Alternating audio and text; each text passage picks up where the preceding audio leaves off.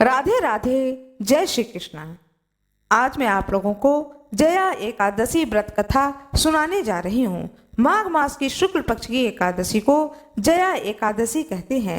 इस व्रत को करने वाले मनुष्य को केवल भूत प्रेत पिशाच योनियों से ही नहीं बल्कि जन जन्मांतरों के संचित दोष तथा ब्रह्म हत्या जैसे पापों से भी मुक्ति मिल जाती है। आइए जानते हैं पूजा का विधान। इस दिन भगवान श्री कृष्ण की पूजा की जाती है। पुष्प, जल, अक्षत, रोली तथा विशिष्ट सुगंधित पदार्थों से पूजा करनी चाहिए। भगवान को भोग लगाकर प्रसाद ग्रहण करना चाहिए। इस दिन मनुष्य को यथाशक्ति दान भी देना चाहिए। आइए सुनते हैं प्यारी सी कथा। अत्यंत प्राचीन काल में इंद्रदेव की सभा में माल्यवान नामक एक गंधर्व गीत गा रहा था, परंतु उसका मन अपनी नव यौवन पत्नी पर पड़ा था। इस कारण गाते समय उसका लय ताल बिगड़ गया। इंद्रदेव ने कुपित होकर के उसे श्राप दे दिया कि तू जिसकी याद में मस्त है वह राक्षसी हो जाए। वह अपनी गलती को स्वीकार करते हुए इंद्रदेव से क्षमा मांगने लगा तथा बहुत क्षमा मांगी, प्रार्थना करी। फिर भी इंद्रदेव ने कहा कि मैं तुम्हारा जो श्राप मैंने तुमको दिया है वह श्राप वापस नहीं ले सकता हूँ।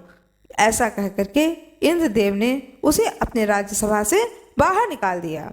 घर आने पर उसने देखा कि वास्तव में उसकी पत्नी राक्षसी बन चुकी थी। श्राप के निवारण के लिए उसने अनेकों यत्न किए, परंतु सब यत्न निसफल हो गए। अचानक एक दिन उसकी भेंट ऋषि नारद से हो गई।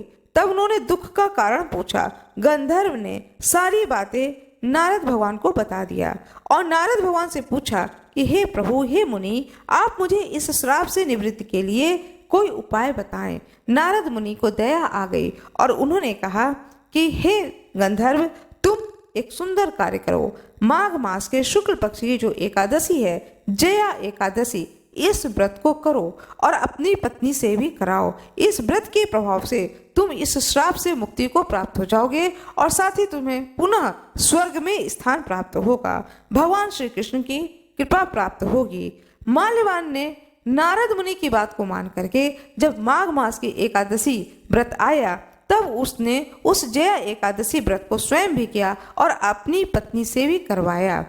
जया एकादशी के व्रत के प्रभाव से रात्रि जागरण करने से उसकी पत्नी का जो रूप था वह पूर्ववत रूप प्राप्त हो गया।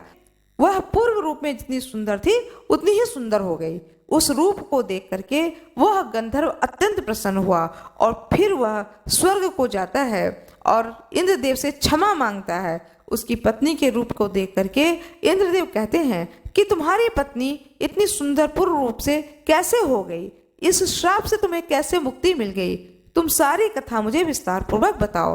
तब गंधर्व कहता है कि हे राजन, नारद मुनि ने मुझे एक उपाय बताया और उस उपाय को करने से मेरी पत्नी पूर्ववत हो गई और मैं आपके श्राप से मुक्ति पा गया। हे राजन, आप मेरी गलती को क्षमा करें। अब मैं जीवन में दोबारा इस प्रकार की गलती नहीं करूंगा।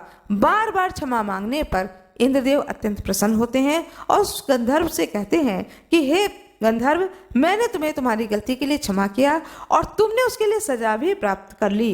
भगवान श्री कृष्ण की कृपा से पुनः तुम उस श्राप से मुक्ति को पाकर के इस स्वर्ग लोक को प्राप्त हुए हो, इसलिए तुम हम लोगों के लिए भी वंदनीय हो। इस राज्यसभा में जो भी भक्त भगवान विष्णु की कृपा को पाते हैं, भगवान शिव की कृपा को पाते हैं, वह सभी लोग हम सब के लिए वंदनीय हैं। अब तुम जाओ और जाकर के अपनी पत्नी के साथ निवास करो। ऐसा कह करके माल्यवान अपने राजा से आज्ञा को प्राप्त करके अपने गृहस्थ जीवन को जीता है। इस प्रकार से यह कथा कही गई है पुराणों में। आशा करती हूँ कि आप लोगों को यह कथा बहुत ही अच्छी लगी होगी। भगवान श्री कृष्ण की जय हो, भगवान श्री हरि विष्णु की जय हो। आशा करती हूँ कि आप लोगों को यह कथा बहुत ही अच्छी लगी होगी। कृपया वीडियो को लाइक, शेयर, सब्सक्राइब अवश्य करिएगा। कमेंट बॉक्स में भगवान श्री हरि विष्णु की जय हो अवश्य ही लिख दीजिएगा। आप लोगों को ज्योतिष से संबंधित कोई भी प्रश्न करना हो तो आप कमेंट बॉक्स में लिख कर भेज सकते हैं। मैं आप लोगों को जवाब अवश्य ही दूंगी। आप लोगों का बहुत बहुत धन्यवाद।